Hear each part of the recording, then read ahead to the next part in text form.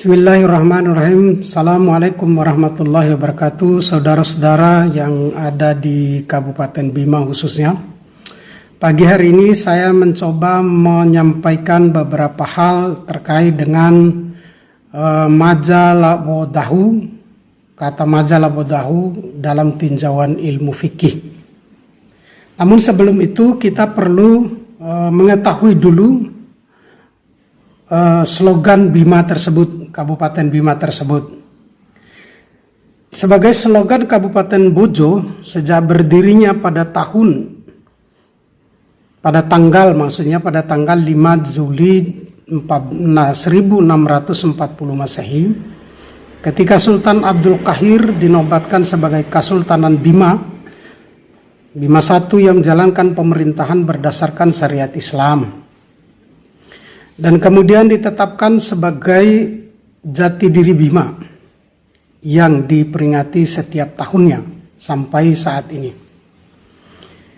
Mari kita bahas apa majalabodahu dalam pandangan ilmu fikih. Secara historis, falsafah majalabodahu merupakan hasil pergulatan panjang dari realita kehidupan sosial, politik, dan agama masyarakat Bima pada masa lampau. Kehadiran falsafah majalabodahu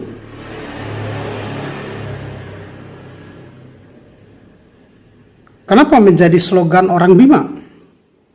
Karena zaman dulu adanya ketimpangan, perbedaan yang terjadi di masyarakat serta banyaknya kepentingan masa lalu.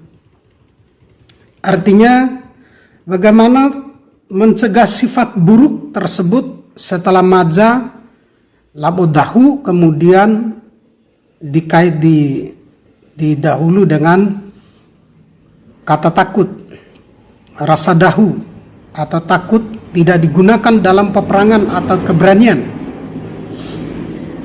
Tapi dahu dalam konteks Bima adalah tertanam dalam diri masyarakat sebagai pengendalian diri dalam amoral seperti melanggar hukum Tuhan, melanggar hukum negara atau norma adat dan kebiasaan masyarakat Islam khususnya di Bima pada masa lampau. Definisi maja menurut ilmu fikih. Kata maja diartikan dalam haya. Secara etimologi adalah pecahan dari kata haya atau nama hujan atau hayah yang artinya hidup. Maksudnya adalah dengan adanya hujan seluruh makhluk-makhluk di muka bumi ini dapat hidup. Dengan kata lain, malu diibaratkan kunci kehidupan di alam semesta ini. Jadi, apabila seseorang tidak memiliki rasa malu, maja dalam bahasa Bojonya berarti dia telah mati. Sementara itu Ibnul Qayyim mengatakan bahwa hati yang hidup adalah hati yang dihiasi oleh rasa malu, oleh rasa maja yang sempurna. Haya juga berarti al-ihsan yang artinya marah dan menyakiti. Maksudnya adalah ketika kehormatan seseorang diremehkan ataupun sesuatu yang tidak layak untuk diperlihatkan kepada orang lain diperlihatkan. Maka hal ini akan menimbulkan kemarahan, kegaduhan ataupun menyakiti hati orang lain. Oleh karena itu haya bisa juga berarti taubah atau al-hasimah yang berarti malu dan takut. Namun kemudian ada sesuatu yang ditanyakan oleh Ali bin Abi Thalib tentang mazi kepada Rasulullah SAW, salah satu contoh al-hasimah. Sedangkan taubah adalah rasa malu. yang timbul diakibatkan kesalahan-kesalahan seorang hamba kepada Allah Subhanahu wa taala, dan berjanji untuk tidak akan mengulanginya di kemudian hari. Sedangkan haya, malu, atau dalam bahasa bojonya tadi itu maja, secara terminologi adalah meninggalkan segala sesuatu yang tidak pantas, menjaga diri dari sesuatu yang melanggar hak-hak Allah Subhanahu wa taala, ataupun menjauhkan diri dari segala sesuatu yang membuat takut, rendah diri dan hina di hadapan Allah Subhanahu wa taala. Sehingga maja yang sering kita sebut-sebut ternyata bukan hanya sekedar perkataan ataupun di sebagian tingkah laku saja, akan tetapi maja ternyata sangat luas cakupannya. Menurut Mustafa Murad mengklasifikasikan maja itu ada 3 bentuk. Pertama, maja yang diperintah. Maja yang perintah ya, pertama adalah malu kepada Allah Subhanahu wa taala. Yang kedua, malu kepada diri sendiri. Yang ketiga adalah malu kepada sesama makhluk. Ada juga maja yang dilarang. Maja yang dilarang adalah malu dalam mempelajari hukum-hukum agama atau menuntut ilmu. Maja atau malu istri terhadap suami. Maja atau malu menentang orang-orang yang bersalah. Lalu pertanyaan kita, apakah pantas kita sebut maja ketika diri kita enggan mengingatkan dan mengajak kepada kebaikan? Ini merupakan salah satu fenomena yang sering terjadi di tengah-tengah kita dan harus kita luruskan bersama-sama.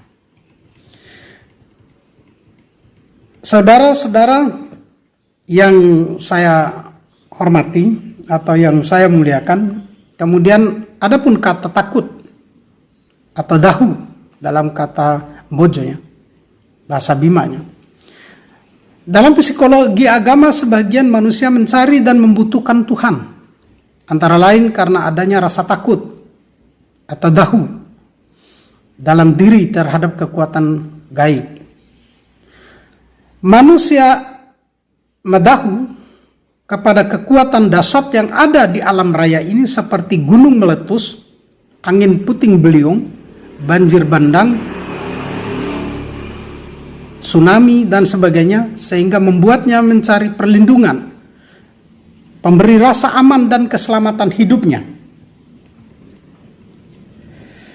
Namun secara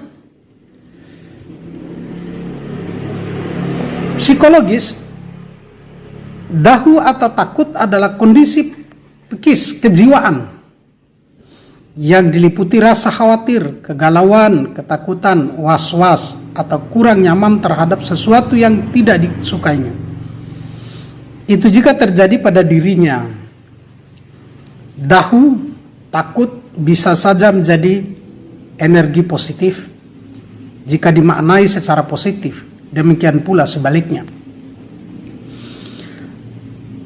Sementara di dalam Al-Quran, kata dahu atau takut antara lain dinyatakan dengan kata khauf dan hayyah. Kata khauf lebih umum daripada kata hayyah. Hayyah menunjukkan rasa takut yang lebih spesifik dan disertai dengan pengetahuan ma'rifatullah. Dahu atau takut dalam arti hayyah hanya dapat dilakukan oleh seorang tertentu. Seperti Nabi SAW sesuai dengan sabdanya, sesungguhnya aku adalah orang-orang yang paling bertakwa dan paling takut kepada Allah di antara kalian. Sedangkan kata dahu atau takut dalam arti khauf cenderung dimaknai menghindar dan lari dari yang ditakuti. Akan tetapi hayya merupakan dahu atau takut yang cenderung berpegang teguh kepada ilmu atau pengetahuan akan yang ditakuti dan kepada kebesaran Allah Subhanahu wa taala. Sehingga dalam kajian akhlak tasawuf, takutnya mukmin, dahunya seorang mukmin harus dimaknai secara positif, yaitu rasa dahu atau takut menyebabkan melaksanakan kewajiban dan meninggalkan larangan Allah dan Rasul-Nya. Jika rasa takut meningkat, mukmin tidak merasa cukup dengan hanya melaksanakan kewajiban, melainkan juga melengkapinya dengan amalan-amalan sunnah dan menjauhi hal-hal yang berbau subhat, gray area atau abu-abu, samar-samar status hukumannya. Setidak-tidaknya ada 6 hal yang harus didahugai mendai dan dari rumah Allah, dahu mendai sebagai seorang mukmin. Yang pertama adalah takut akan siksaan Allah yang ditimpakan kepadanya karena dosa-dosa yang telah diperbuatnya. Yang kedua adalah takut tidak dapat menunaikan kewajiban kepada Allah dan kepada sesama, atau hablum minallah dan hablum minan nas. Yang ketiga adalah takut tidak diterima amal ibadah yang dilakukannya sehingga amalnya menjadi sia-sia belaka. Keempat, dahu atau takut di hadapan kepada aneka fitnah dunia, fitnah dajjal, fitnah kubur, fitnah akhirat, akibat perilakunya dan kemurkaan Allah yang akan menimpanya di dunia dan di akhirat. Kemudian yang kelima, rasa takut atau dahu su'ul khatimah, akhir kehidupan atau kematian yang buruk, dengan tidak mampu mengucapkan kalimat la ilaha illallah di akhir hayatnya, karena sudah diliputi oleh keduniawian, cinta terhadap dunia, cinta terhadap segala macam yang dia dapatkan, yang dia peroleh di dalam dunia ini. Dan yang keenam adalah takut azab kubur, pengadilan dan azab Allah di akhirat kelak. Oleh karena itu menurut Ibnu Qayyim Al-Jauziyah, dahu kepada Allah Subhanahu wa taala hukumnya wajib. Itu menurut ilmu Ibnu Al-Qayyim Al-Jauziyah, dahu hukumnya wajib. Malu pun hukumnya wajib. Berarti rasa dahu, rasa malu dan dahu itu adalah wajib yang ada dalam tubuh kita, dalam diri kita, dalam kehidupan kita. Karena takut kepada Allah itu dapat mengantarkan hamba untuk selalu beribadah kepadanya dengan sepenuh ketundukan dan kekhusyuan dalam rangka ketaatan kepadanya. Siapa yang tidak takut atau dahu kepadanya, kepada Allah, berarti ia seorang pendosa, pelaku maksiat. Karena tidak takut kepada Allah, seperti koruptor, semakin merajalela, semakin serakah dan tidak lagi memiliki rasa malu atau dahu, tidak lagi memiliki rasa majalah dahu. Seorang muslim yang memaknai takut atau dahu secara positif pasti akan bervisi masa depan, menyiapkan generasi yang tangguh, kuat dan unggul.